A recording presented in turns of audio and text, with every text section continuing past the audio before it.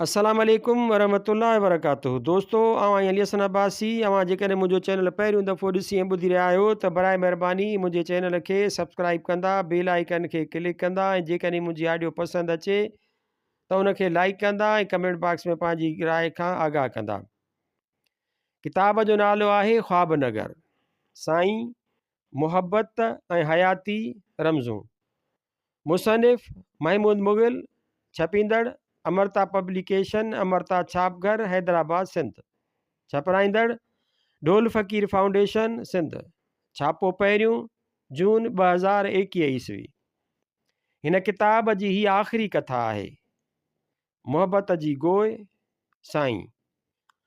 हुननि निहारियो हो ऐं गहरी मुर्क आछींदे पुछियो हुआऊं, मुंझल सुठ त कोन्हे?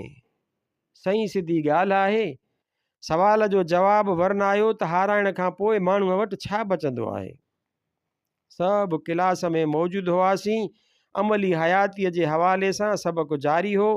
साईं ज़िंदगीअ में फ़तह व शिकस्त जे रंगनि खे वाज़िह पे कयो ऐं सभु हैरतुनि जे जहान मां टुॿियूं खाई पुसी हैरत ज़दा थी रहिया हुआसीं। हिन हयातीअ में इंसानु रुॻो खटण लाइ ई ईंदो आहे बचा। हिकु हिकु ॾांहुं निहारण जो खेनि मुल्को हासिलु आहे। अंदाज़ कमाल हूंदो अथनि। अखियुनि में दीद जे जाइ ते अलाए छा छा खणी ईंदा आहिनि। प्यार मुहबत कावड़ घूर सम्झाणी ॼण त उन्हनि जाड़नि भिरुनि जे हेठां उछल जा मुंतज़िर हूंदा आहिनि। केरु आहे जेको हाराइण जी सोच खयों दुनिया में निर्वार थींदो हुजे। मैदान खणी कहिड़ो बि हुजे, हूंदो हर कंहिंखे खटिणो ई आहे। रांदियूं, नौकरियूं, उहिदा, रिश्ता, रिश्तेदारी, जिते निहार उते हर कंहिंजो हथु फ़तह जे हथ खे झलण जो मुंतज़िर हूंदो आहे। शिकस्त खे त ॼण करायूं ई न हूंदियूं आहिनि सुहिणा, बल्कि सदाई बिना ॿाहुनि जे हूंदी आहे। सभिनी हिक ॿिए ॾांहुं निहारियो। साईं पाणीअ जो हिकु वॾो ढुक भरियो। हूंदी बिना ॿाहुनि जे आहे, पर जंहिं महिल पाण सां गॾु वठी वञणु घुरे त अलाए किथां मंझांसि हिकु भाकुर निकिरी ईंदो आहे, जेको शिकस्त ख़ोरदा खे साण वठी वेंदो आहे। शिकस्त खे हथ माना नाहे हूंदो साईं? हिकु शागिर्द पुछियो। उहो ई त चवां पियो न बाबिला। शिकस्त वटि वजूद हूंदो आहे, दस्तरस हूंदी आहे, दस्त न हूंदो आहे। बिना हथनि जे हथु झले वठंदी आहे। माण्हू फ़तह जी सरख़ोशीअ खां दामन छॾाए वेंदो आहे, शिकस्त जे अलम खां परे नाहे वञी सघंदो। हथु झले त सुॾको त आयो ई आयो। असीं शिकस्त खां ॾिनल हूंदा आहियूं साईं। सवाल बुलंद थियो त हिननि जे अखियुनि जो रंग ॼण मटिजी वियो। असीं दरअसल पंहिंजो पाण खां ॾिनल हूंदा आहियूं शहज़ादा। शिकस्त ऐं फ़तह सां असांजो को ख़ासि जहान नाहे हूंदो। उन्हनि सां जुड़ियल अहसासनि ऐं पंहिंजे रद अमल जे ख़ौफ़ में असीं भॼंदा भुरंदा रहंदा आहियूं।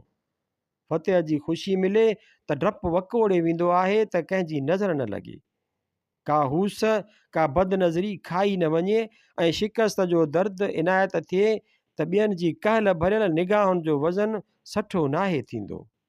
माण्हू पाण ते पाण ई बार थी वेंदो आहे। हयातीअ जी हिकु बाज़ी ताज़ी ताज़ी हाराए आयो हुउसि। एतबार जो हिकु रिश्तो वरी भोर भोर थियो हो। मुहबत कुझु विखूं परियां अची साई झंडी खणी हली वई हुई। रिश्तनि जो भरम क़ाइमु न रहियो हो।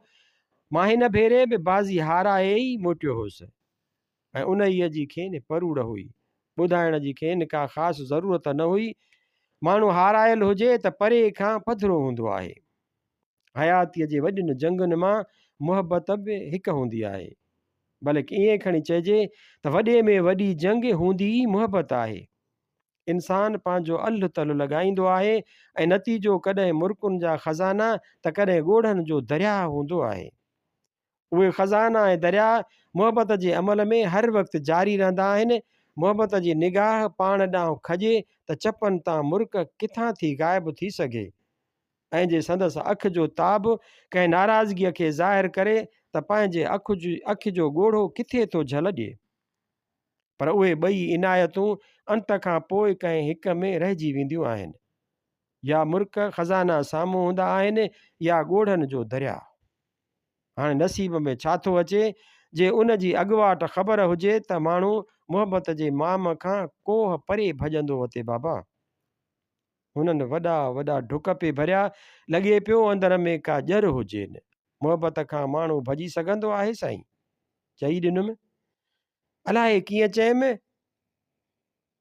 भॼण जी कंदो आहे, भॼी नाहे सघंदो सोणा। हुननि मुर्कियो। मुहबत ऐं मुहबत में चोट खाधल शख़्स गॾु गॾु डोड़ंदा आहिनि। मुहबत में चोट खाधल ॿिए भेरे गोए में शिरकत खां लहराईंदो आहे, ॼाणंदो आहे त जे वरी हाराए वियुसि त किथे जो कोन रहंदुसि। मुंहिंजे ॾेख मां सम्झंदे चयाऊं, चओ चओ, जेकी चवण थो घुरी, चओ बचा। मुहबत में चोट खाधल वरी बि मुहबत सां गोए में छो हूंदो आहे साईं? छाकाणि त हू नफ़रत नाहे ॼाणंदो अबा। मुहबत कंदड़ दरअसल दिलि जो कमज़ोर हूंदो अथई। दिलि जो पको ई नफ़रत कंदो। जंहिंजे सुतीअ में मुहबत पियल हुजे, उहो नफ़रत खां अॻु में ई खुटियल हूंदो आहे। संदसि असुलु मुक़ाबिलो त मुहबत सां ई हूंदो आहे। अॻुवाट ख़बर रखण खां पोइ बि मुक़ाबिले में शरीक थींदा आहियूं साईं। असीं ज़िंदगीअ में सिर्फ़ु हिकु हार खां अॻुवाट वाक़िफ़ हूंदा आहियूं बाबा, ऐं उहा ज़िंदगीअ जी हार हूंदी आहे। हिननि पाणीअ जो ढुक भरींदे मूं ते ख़फ़ीफ़ निगाह विधी ऐं चहिरो मोड़े ॿियनि ॾांहुं करे वरिताऊं। होश संभालण साण ई असांखे मालूम थी वेंदो आहे त हयातीअ जी बाज़ी शुरू ई हार जे ख़बर सां ॾियण सां थिए थी। साह जो तबल वॼे ई उन नौबत सां थो त बसि हाणे खुट खुटां जो जहान आहे। हिकु ॾींहुं त ज़िंदगीअ खे ओस बि हाराइणो आहे। माना असीं रुॻो हयातीअ जे बाज़ीअ में हाराइण खे सम्झंदा आहियूं। ॿिए कंहिं बि मैदान में अहिड़ी का सोच हूंदी ई नाहे। किरोड़े मैदान जे विच में रांदि जे मैदान में लहंदड़ रांदीगर बि शुरूआति फ़तेह जे अॻुवाट ख़्याल सां कंदा आहिनि। न पर साईं, हाराइण जी ख़बर त उन्हनि खे बि हूंदी आहे। लाज़मन हिकिड़ो खटंदो, हिकिड़ो हाराईंदो। कंहिं पुछियो, साईंअ जी ॻाल्हि कटिजी वई हुई, ॻाल्हाईंदड़ जो कंधु झुकी वियो। साईंअ जो लहजो जलाल भरियल थी वियो। ख़बर ऐं पक में फ़र्क़ु हूंदो आहे नादान। ज़िंदगीअ खे मौत जी पक हूंदी आहे, ख़बर हुजेसि थी, पर अंजाम उहो ई लॻेसि थो। जॾहिं त रांदि में, तरक़ीअ में, रिश्ते में ख़बर भली हुजे, हार जे अंजाम जी पक न हूंदी आहे। सभु माठ थी विया हुआसीं। हिननि मर्कज़ निगाह मूं ते कयो। हाराए अचिजे त ॻाट ऊचो हुजे बाबा। शिकस्त नज़रुनि खे कमज़ोर न करे, निगाह में धुंध न भरिजे। जेकी रोअणो हुजे उहो बसि हिकु महिल ई रोई वठिजे ऐं पंहिंजो पाण खे उहो सम्झाइजे त हाराइण खां पोइ माण्हूअ वटि छा बचे थो। अखियुनि में कुझु भरिजियो पिए, पर ज़ब्त बि तलबगार हो। हाराइण खां पोइ बाबा माण्हूअ वटि फ़तेह खां सवाइ सभु कुझु बचे थो। सॼो सारो पंहिंजो पाण बचे थो, जंहिंखे संभाले वरी कंहिं ॿी बाज़ीअ ॾांहुं जूह विझी सघिजे थी। मुहबत जी गोए में सभु कुझु हाराइण खां पोइ बि जे माण्हू पंहिंजो पाण संभाले वञे त उन फ़ातिह खां लखें दर्जा बहितर हूंदो आहे, जेको खटण खां पोइ बताल थी वेंदो आहे। छपियल आचर 26 मार्च 2017 ईस्वी।